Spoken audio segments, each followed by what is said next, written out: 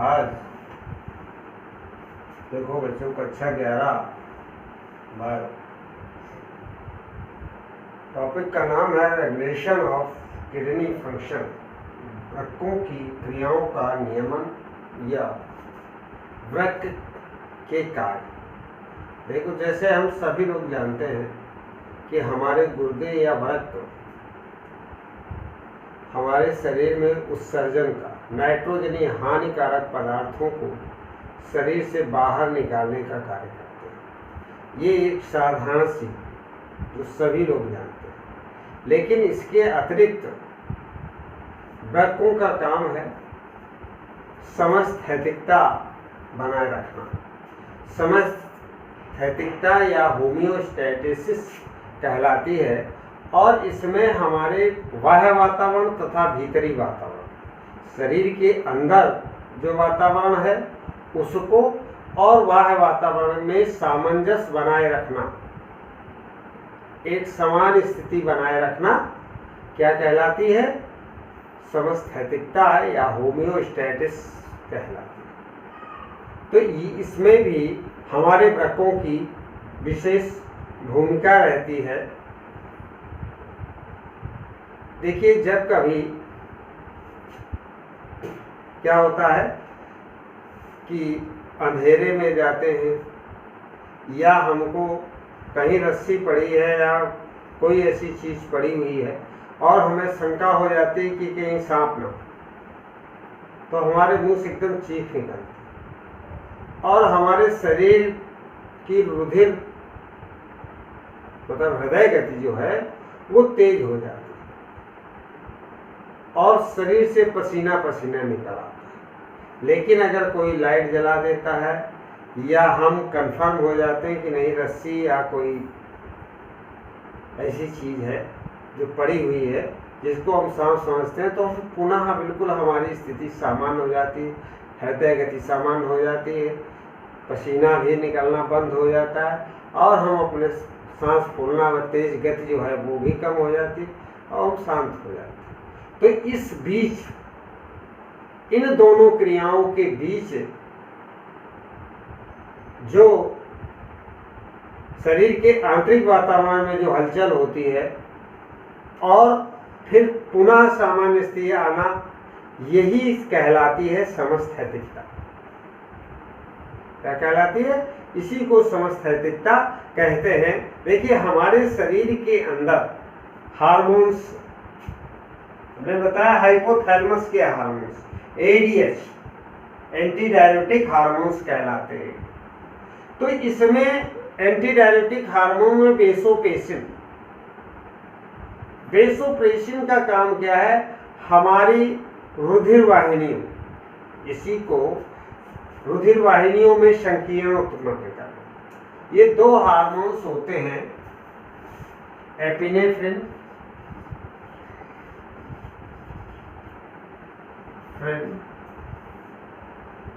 और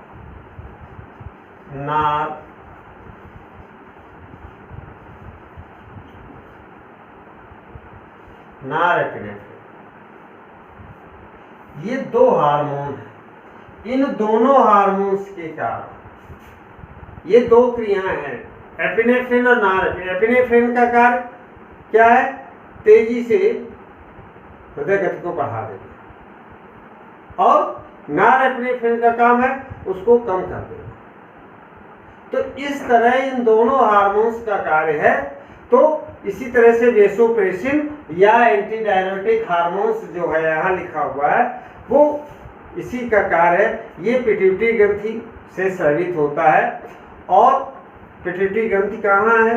हमने आपको पहले भी बताया, आप हाई स्कूल में भी पढ़े होंगे कि पिट्यूटरी ग्रंथि मेडुला ऑब्लांगा हाइपोथैलेमस के पश्च मस्तिष्क के ऑक्सीपिटाइल अस्थि के ऊपर एक सेला टार्सिका गुहा होती है, उसमें मटर के दाने के बराबर इन्फंडिबुलम ग्रंथि के द्वारा जुड़ी रहती है।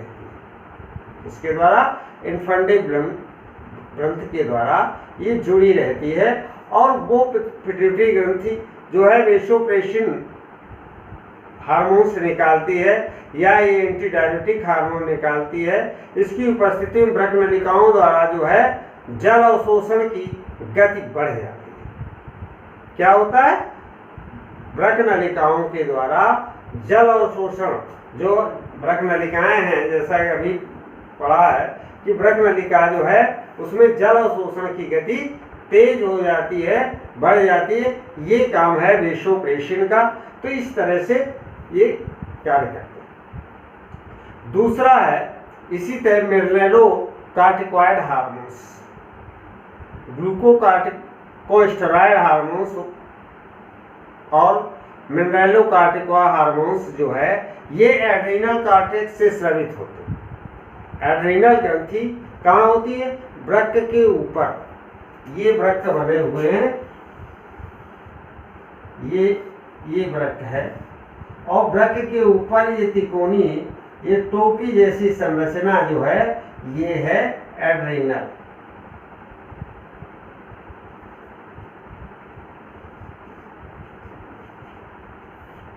एड्रीनल ग्रंथि इसी को सुपर रेनल ग्रंथि कहते हैं या इसी को अधिवृक्क कहते हैं।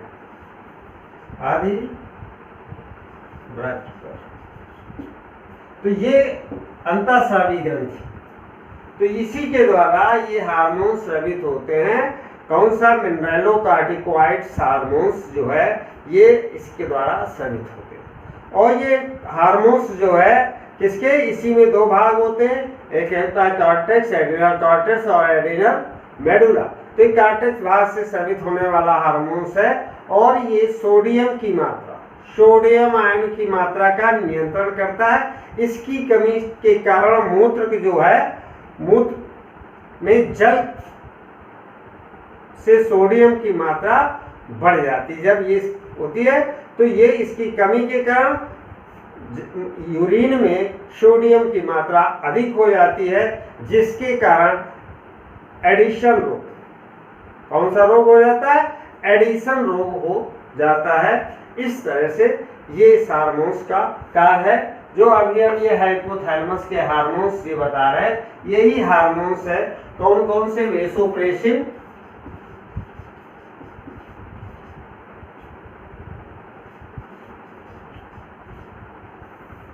और एंटी डायबिटिक हार्मोन्स इसी को कहते हैं एंटी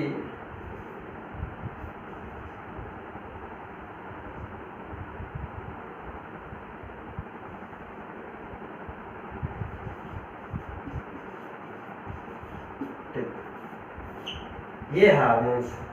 ठीक, तो इस तरह से इनका कार्य। इसके अतिरिक्त जल का संतुलन बनाना, वृक्कों का कार्य क्या है? जल का संतुलन बनाए रखना, हमारे शरीर के अंदर जल की मात्रा का संतुलन बनाए रखना, हानिकारक पदार्थों को बाहर निकालना और रेनिन का स्राव करना है।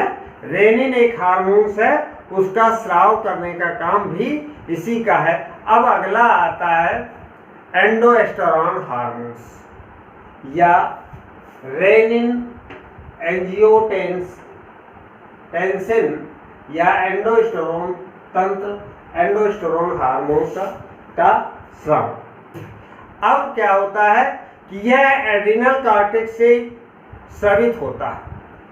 एंडोस्टेरोन जो हार्मोन्स है ये एड्रीनल कॉर्टेक्स से ही स्रावित होने वाला ये हार्मोन्स है और यूरिन में सोडियम की मात्रा, सोडियम और पोटेशियम की मात्रा इसके उत्सर्जन को प्रभावित करता है। सोडियम आयन और पोटेशियम आयन, सोडियम यानी और के आयन, इनकी मात्रा का, पोटेशियम आयन